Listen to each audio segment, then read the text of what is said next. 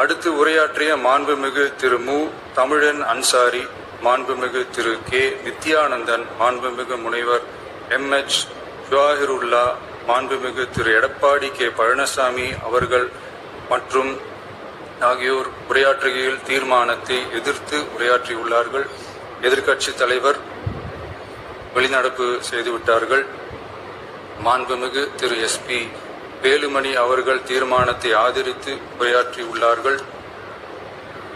குதிரை பேரத்தில் எமது அரசு ஈடுபடுகிறது என்ற கருத்தை தெரிவித்த மாண்புமிகு உறுப்பினர் அவர்களுக்கு நான் ஒன்றை மட்டும் சொல்லிக் கொள்கிறேன்.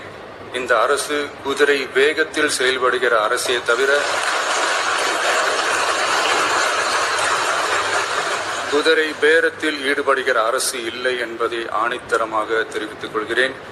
நம் தமிழ்நாட்டின் முன்னேற்றத்திற்கு உழைத்த தலைவர்கள் வழிகாட்டிய கொள்கைகளிலிருந்து இம்மி அளவு விலகாமல் நிச்சயமாக இந்த ஆட்சி நடைபெறும்.